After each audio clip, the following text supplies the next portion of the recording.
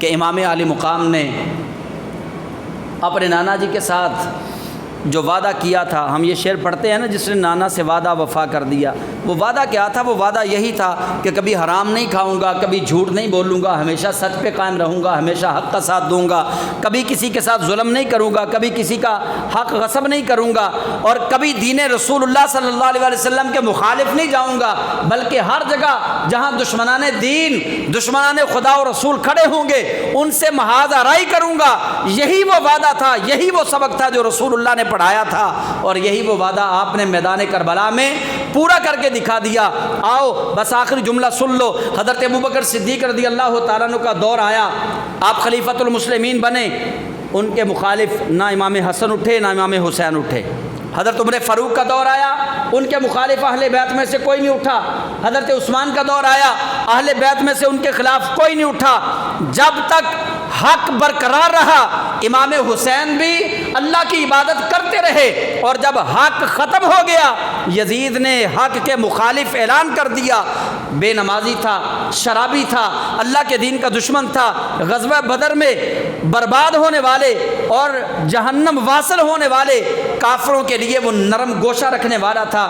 وہ لعین شخص جب دین رسول اللہ کو مٹانے کے لیے نکلا، لوگ پوچھتے ہیں، لوگ کہتے ہیں وہ دین رسول اللہ کو کیسے مٹانے کے لیے نکلا تھا؟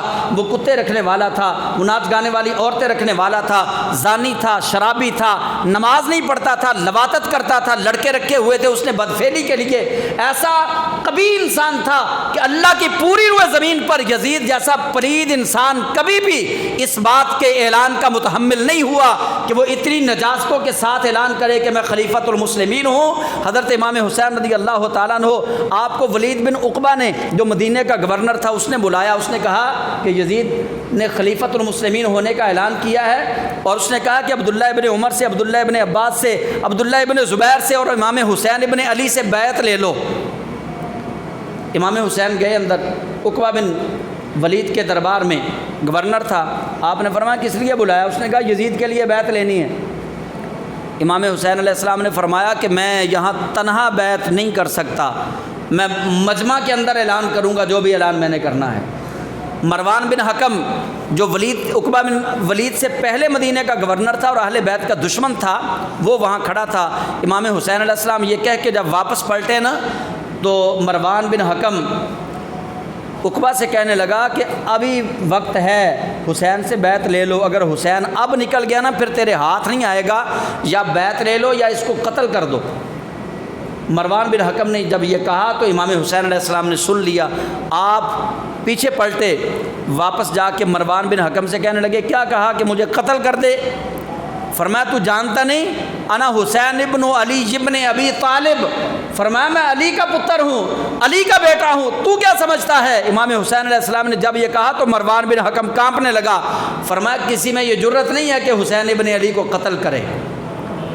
یہاں یہ اللہ کے کرم پہ بھروسہ اتنا ہے کہ آپ دشمن کے دربار میں کھڑے ہو کے اس کو للکار رہے ہیں۔ فرمایا جرت ہے تمہارے اندر؟ فرمایا تمہیں پتہ ہی نہیں میں کون ہوں؟ انا حسین ابن علی ابن ابی طالب، میں حسین علی کا بیٹا ہوں جو علی ابو طالب کا بیٹا ہے۔ فرمایا تمہیں پتہ ہی نہیں میں کون ہوں؟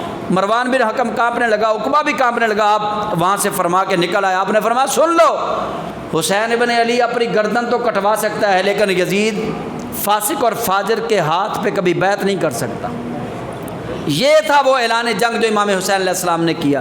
آپ مدینہ کیوں چھوڑ کر گئے؟ مدینہ آپ اس لیے چھوڑ کر گئے، آپ دیکھ چکے تھے کہ حضرت عثمان غنی رضی اللہ تعالیٰ عنہ جب آپ پر بلوائیوں نے حملہ کیا، حضرت عثمان غنی کو صحابہ نے کہا جناب آپ امیر المومنین ہیں، آپ سپریم کمانڈر ہیں، آپ فوج کو طلب کریں، ان بلوائیوں پر چڑھائی کروائیں، ان کو مروا دیں۔ حضرت عثمان غنی رضی اللہ تعالیٰ عنہ نے فرمایا عثمان اتنا پاکیزہ نہیں ہے جتنی رسول اللہ کے شہر کی گلیاں پاکیزہ ہیں۔ فرمایا عثمان اپنی جان تو دے سکتا ہے پر یہ گوارا نہیں کر سکتا کہ رسول اللہ کے مدینہ کی گلیوں کو خون سے آلودہ کرے۔ تو امام حسین علیہ السلام کا بھی یہی جواب تھا۔ آپ نے فرمایا جنگ کرنے کو میں یہاں رہ کے کر سکتا ہوں، یہاں صحابہ موجود ہیں، جانثار ساتھی موجود ہیں، لیکن میں نہیں چاہتا کہ میرے نانا جی کا شہر جو ہے وہ خون سے آلودہ ہو، میں نانا جی کی گلیوں کو خون آلودہ نہیں کرنا چاہتا، اس لیے آپ ہجرت فرما کے مکہ مکرمہ تشریف لے گئے۔ تو راستے میں جاتے ہوئے یہ بس 2-3 منٹ اور لوں گا آپ سے، آج خاص دن ہے اس لیے تھوڑا آپ بھی صبر سے کام لیں۔ جب آپ مکہ مکرمہ تشریف لے کر جا رہے تھے تو راستے میں حضرت ابن مطیع رضی اللہ تعالیٰ عنہ، یہ صحابی رسول ہیں، ان کا ڈیرا تھا۔ جیسے آپ لیا بکر والی سائڈ پہ جائیں نا، تھر والی سائڈ پہ، تو 5-5 گھروں کے وہاں پہ چھوٹے چھوٹے انہوں نے بنائے ہوئے ہیں ڈیرے اپنے، 5-5 گھر، 6-6 گھر۔ ایسے حضرت ابن مطیع رضی اللہ تعالیٰ عنہ ان کا بھی ڈیرا تھا راستے میں۔ ان کو جب پتہ چلا، وہ حضرت امام حسین علیہ السلام کے قافلے تک پہنچے، آپ کو ساتھ لیا، اپنے ڈیرے پر لائے، دعوت کی اور عرض کرنے لگے کہ جناب یہ کنواں تھا پانی والا، تو اس کا پانی خشک ہوتا جا رہا ہے، اور پہلے پانی بڑا میٹھا تھا، اب پانی اس کا کھاری ہوتا جا رہا ہے، پانی کڑوا ہو رہا ہے، دعا فرما دیں۔ امام حسین علیہ السلام نے فرمایا اس کا پانی لے کر آؤ۔ انہوں نے پانی پیش کیا، آپ نے پانی اپنے منہ میں لیا اور کلی کی، اور کلی کر کے پانی وہ کنویں میں ڈالا۔ آپ نے فرمایا اللہ برکت عطا فرمائے۔ حضرت ابن مطیع رضی اللہ تعالیٰ عنہ کہتے ہیں کہ اس کنویں کا پانی نچلی سطح تک جا چکا تھا، پانی اوپر بھی آ گیا، اور اللہ تعالیٰ نے امام حسین کی برکت سے پانی میٹھا بھی کر دیا۔ راستے میں جاتے ہوئے یہ آپ نے دعا فرمائی ہے پانی کے لیے، پانی میں برکت آ گئی۔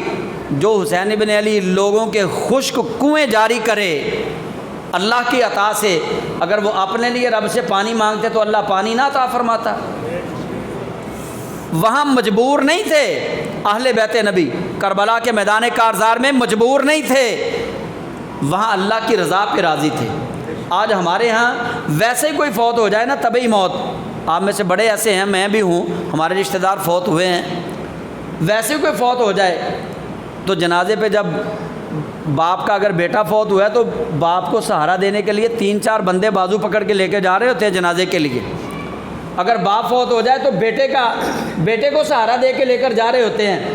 وہ غم کے اندر اتنا نڈال ہو چکا ہوتا ہے، قربان نہ جائیں پھر امام حسین ابن علی رضی اللہ تعالیٰ عنہ آپ کی عزت و عظمت پہ، آپ کی جرت پہ، کہ آپ اپنے 18 سال کے علی اکبر جوان کو آپ کی شہادت والی جو باڈی ہے، شہادت والا جو جسم مقدس ہے، اس کو اپنے کندھوں پہ اٹھا کے لاتے ہیں اور خیمے میں رکھ کے آسمان کی طرف منہ کر کے کہتے ہیں کہ مولا اگر تو ایسے راضی ہے تو حسین ابن علی بھی ایسے ہی راضی ہے۔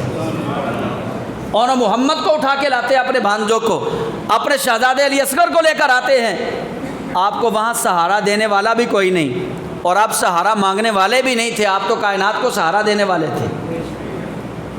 وہاں غم ضرور تھا، لیکن غم کے اوپر صبر اتنا حاوی تھا کہ امام حسین علیہ السلام آپ کی آنکھوں سے آنسو نہیں تھے غم کی وجہ سے، بلکہ شکر تھا، اور اللہ کی بارگاہ میں ہر قربانی کے بعد کہتے تھے کہ مولا اگر تو ایسے راضی ہے تو حسین بھی ایسے ہی راضی ہے۔ کاش کہ ہم اس بات کو سمجھ جائیں، کاش کہ ہمارے اندر وہ جذبہ پیدا ہو جائے کہ ہم بھی حسینی فکر کو آزما لیں، حسینی فکر کو نبھا لیں، حسینی فکر کو اپنے اوپر ہم وارد کر لیں، حسینی فکر پہ عمل کر لیں۔ حسینی فکر کیا ہے؟ ہمیشہ سچ بات کہنا، ہمیشہ حق کا ساتھ دینا، برے کاموں سے بچنا، نیکیوں کی طرف جانا۔ کاش کہ ہم اپنے بچوں کی تربیت میں وہ 3 چیزیں شامل کر دیں جو اللہ کے نبی صلی اللہ علیہ وسلم نے حکماً اپنی امت کو کہا ہے۔ فرمایا اپنی اولاد کو 3 چیزیں سکھاؤ، اپنی اولاد کو 3 چیزیں سکھاؤ۔ نبی پاک علیہ السلام نے فرمایا نمبر 1، حضور نے فرمایا میری محبت اپنی اولاد کو سکھاؤ، نمبر 2 میری آل کی محبت سکھاؤ، نمبر 3 قرآن کی محبت اپنی اولاد کو سکھاؤ۔